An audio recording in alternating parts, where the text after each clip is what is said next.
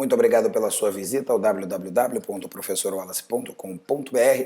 Vamos hoje falar sobre literatura, sobre o quinhentismo, o início da literatura no Brasil. Ressaltando que não se trata efetivamente de uma época com características artísticas acentuadas para o nosso país, tratando-se muito mais dos relatos e dos escritos sobre a nova terra descoberta.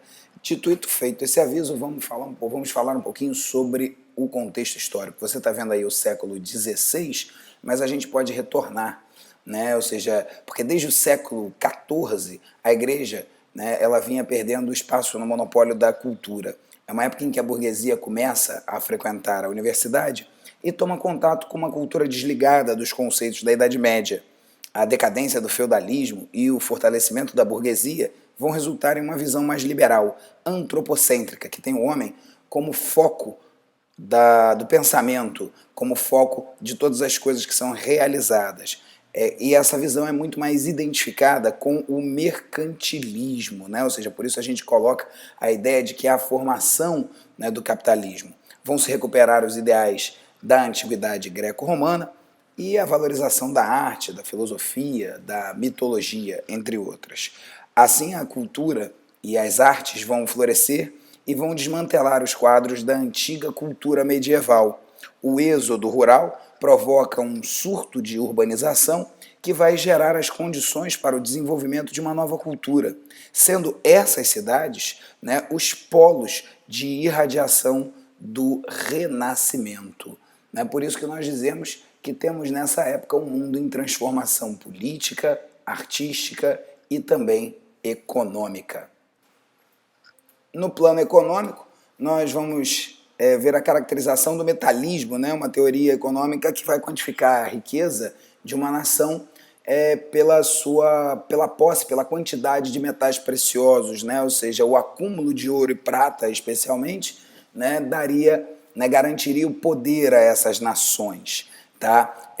Só que, por outro lado, a gente tem um fato importante, a chegada da imprensa. A chegada da imprensa, ela possibilita a divulgação das obras de autores humanistas europeus, ela possibilita, né, a que as pessoas, na verdade, consigam atingir a um maior público, né, com suas ideias. E é isso que acontece, né, dentro da própria igreja. Isso gera uma grande crise na igreja. A igreja sofre os reflexos, né, de uma crise do pensar. As forças burguesas vão romper com o medievalismo católico no movimento da chamada Reforma Protestante, liderada ou iniciada, né, por este religioso alemão, o Martim Lutero, né, graças, né, a todas as possibilidades de imprensa e de comunicação que começam a existir. Por outro lado, né, as forças tradicionais, né, ou seja, a própria Igreja Católica tenta reafirmar, né, a sua posição, o seu poder, reafirmando seus dogmas católicos através das resoluções do Concílio de Trento,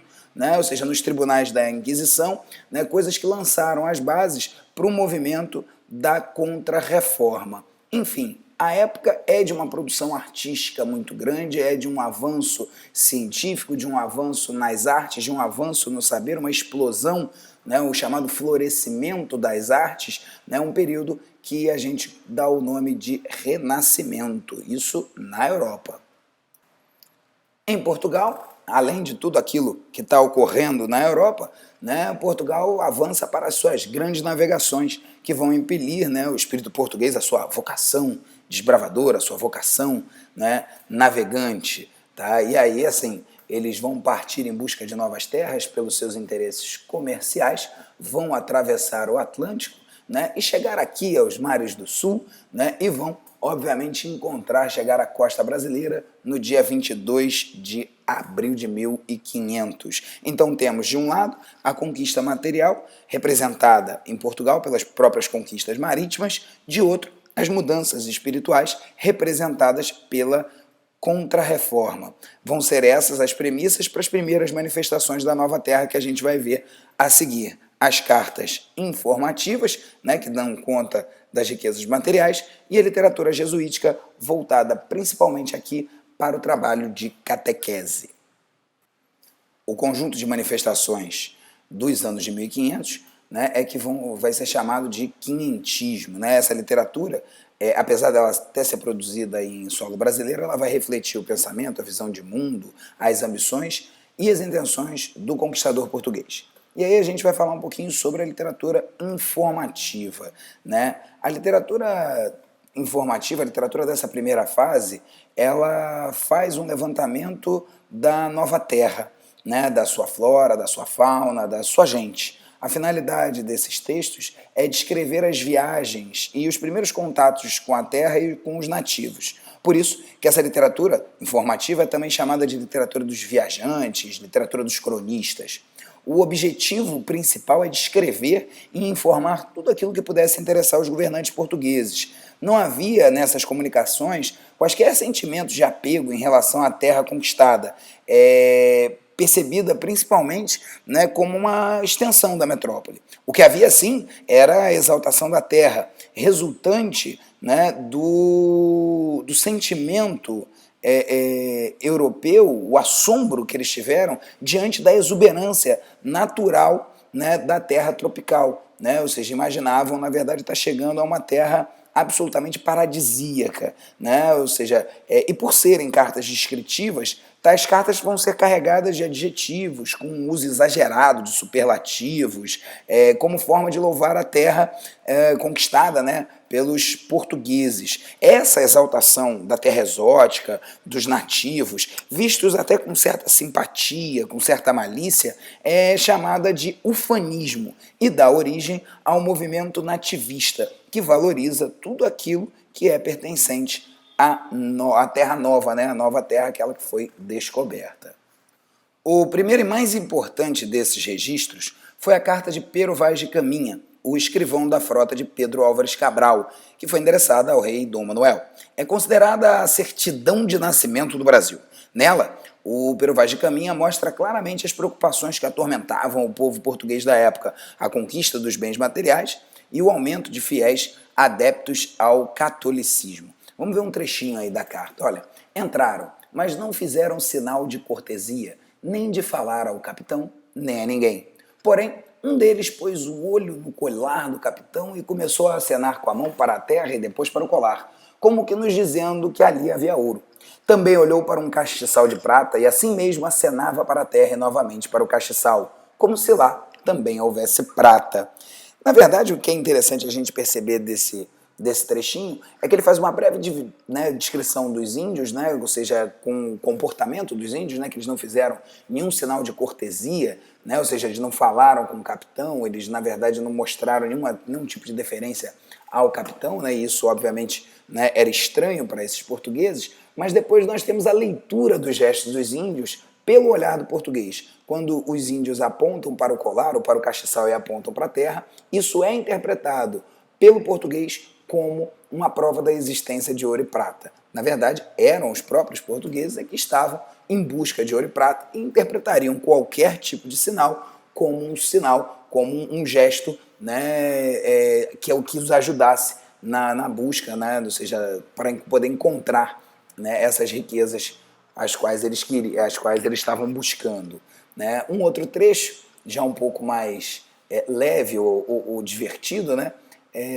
Relata a surpresa dos portugueses, que não deve ter sido pequena, de encontrar os índios, né? De encontrar uma população absolutamente nua. Né? E aí ele vai falar das mulheres, né? Ou seja, naquela época, para os navegantes, né, ainda encontrarem aqui várias índias nuas, provavelmente foi um choque, né, bastante grande. E o Pero Vaz de Caminha conta assim, ó. Ali andavam entre eles 3 ou 4 moças, bem moças e bem gentis, com cabelos muito pretos, compridos pelas espáduas, e suas vergonhas tão altas, tão cerradinhas e tão limpas das cabeleiras que, de muito as bem olharmos, não tínhamos nenhuma vergonha. Né? Depois de tantos meses no mar, bem provavelmente eles realmente não tinham vergonha alguma de olhar para as Índias. A outra manifestação literária que vai se dar em terras brasileiras ocorre graças aos jesuítas, é por isso que é chamada de literatura jesuítica, né? Os religiosos que chegaram ao Brasil junto dos primeiros colonizadores com a missão, né, de catequizar os índios, né? A partir de 1530 é que Portugal realmente resolve tomar conta das novas terras e aí eles enviam os jesuítas. Esses jesuítas deixaram várias cartas, vários tratados descritivos, crônicas históricas e poemas. Vão se destacar na produção literária de catequese os padres Manuel da Nóbrega, o padre Fernão Cardim e principalmente o padre José de Anchieta. Os jesuítas também produziram poesias de devoção, né, peças teatrais de caráter pedagógico, inspiradas em passagens bíblicas e documentos que informavam o andamento dos seus trabalhos a seus superiores na metrópole. Coube ao Anchieta também a produção de uma gramática da língua tupi.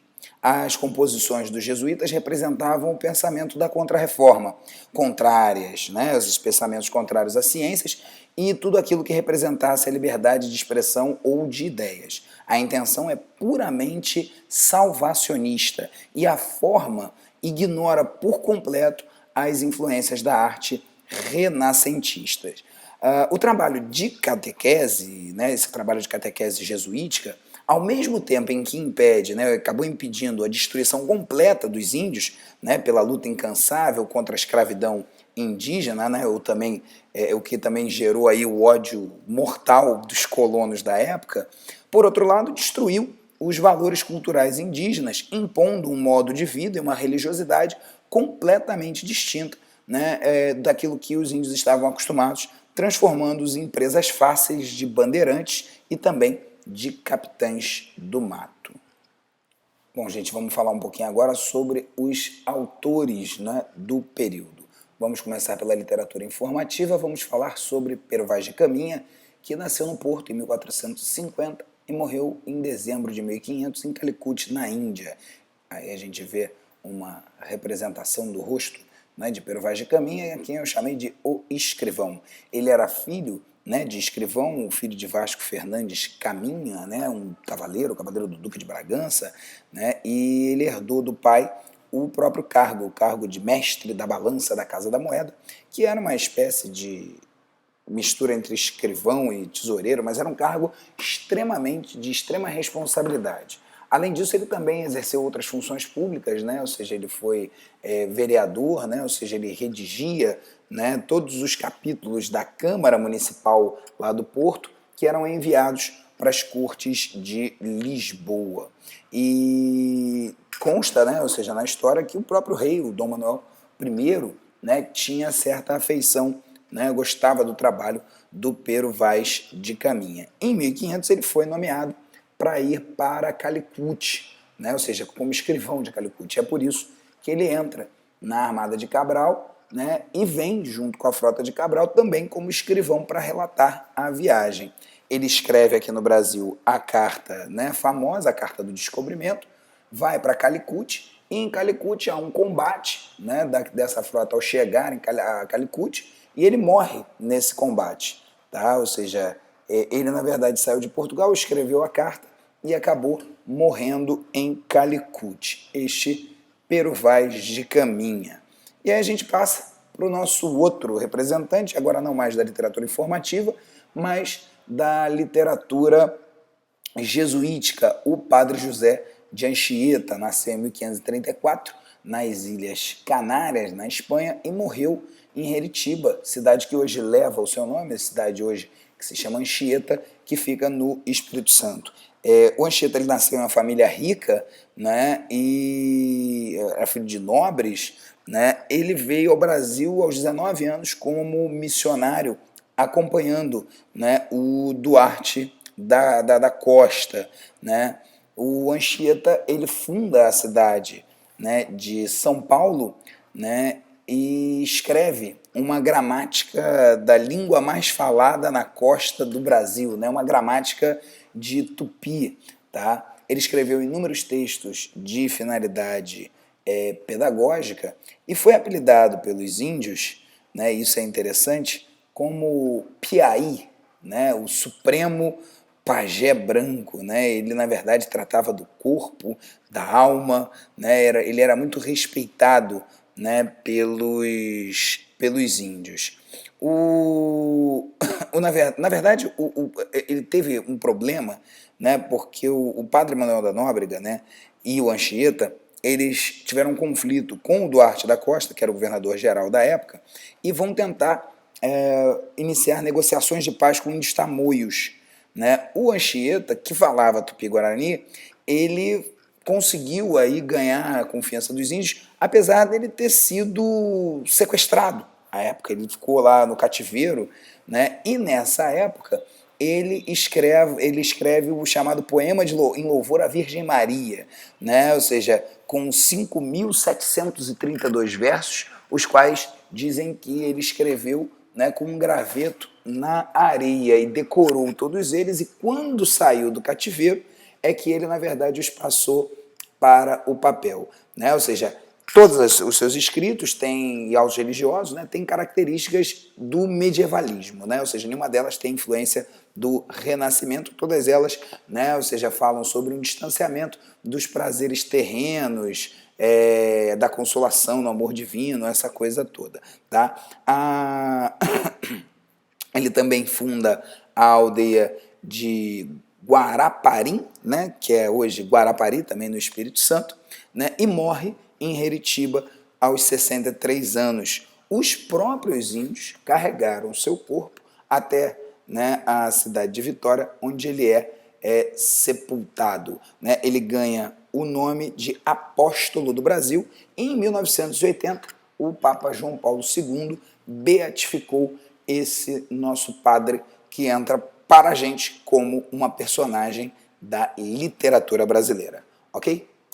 Vamos ficando por aqui na nossa aula de quinhentismo. Muito obrigado por você ter acessado www.professorwallace.com.br e eu deixo os meus mais sinceros amplexos para você. Até mais!